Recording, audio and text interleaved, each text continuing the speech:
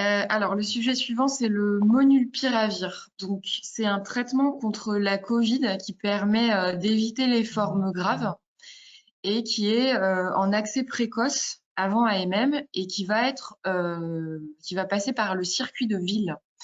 Et donc, notamment prescrit par un médecin et dispensé par le pharmacien. Et donc, c'est un événement important parce que ça sera la première fois qu'il y aura ce genre de traitement en accès précoce qui seront dispensés en pharmacie. Donc, ça sera environ 50 000 traitements qui ont été achetés par l'État et ça sera réservé à certains patients à risque. Donc, vous aurez une liste de tous les patients qui pourront disposer de ce traitement. La chose importante pour ce traitement molnupiravir, donc, c'est le fait que la personne devra prendre son traitement dans un délai de 5 jours maximum après l'apparition des symptômes.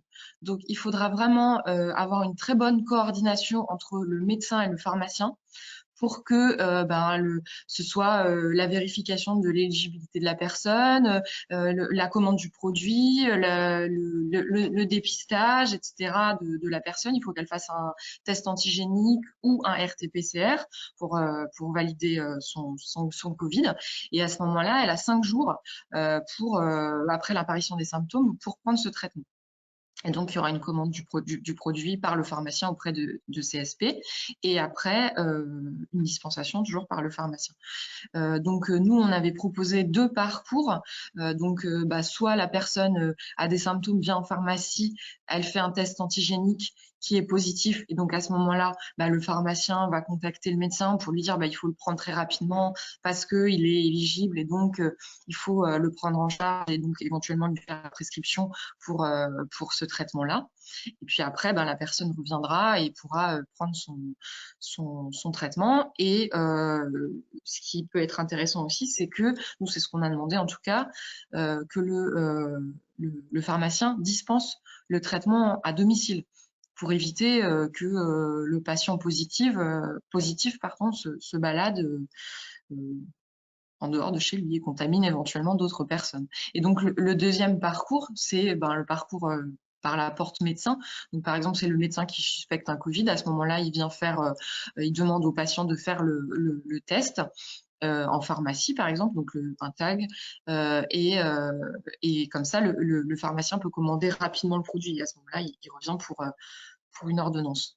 Voilà, nous, on est en train de négocier avec l'assurance maladie pour une indemnisation du pharmacien qui dispensera et également pour une indemnité spécifique pour la dispensation à domicile de ce produit.